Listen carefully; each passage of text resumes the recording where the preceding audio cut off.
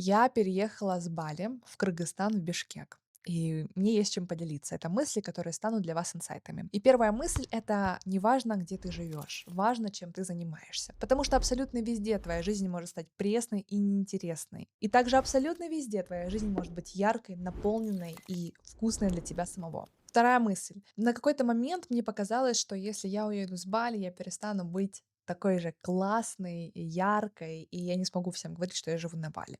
Но на самом деле никто не заберет у меня мою яркость, мою харизму и мою уникальность. Неважно, где ты живешь, важно, кем ты себя чувствуешь. Не нужно себя привязывать к каким-то местам. И третья мысль — это о том, что не нужно бояться переезжать или уезжать в новые места. Не нужно бояться завершать какие-то дела, завершать какие-то отношения, потому что в этой жизни еще навалом куча много новых мест, навалом много куча разных классных людей.